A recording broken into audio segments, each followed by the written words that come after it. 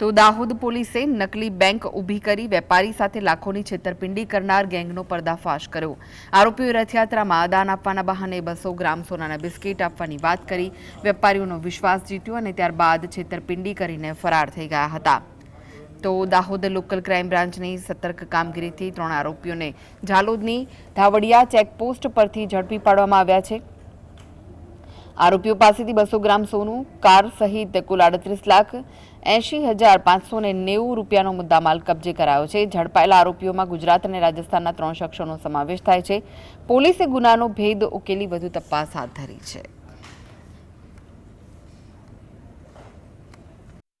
દીપક રાજપૂત છે એ ઓફિસ પર સોનું કલેક્ટ કરવામાં અને અન્ય વ્યક્તિ છે મદદગારી કરવામાં, આમ 3 જણા પ્રાઇમરી ઓફિસર રોલ જણાવ્યા છે।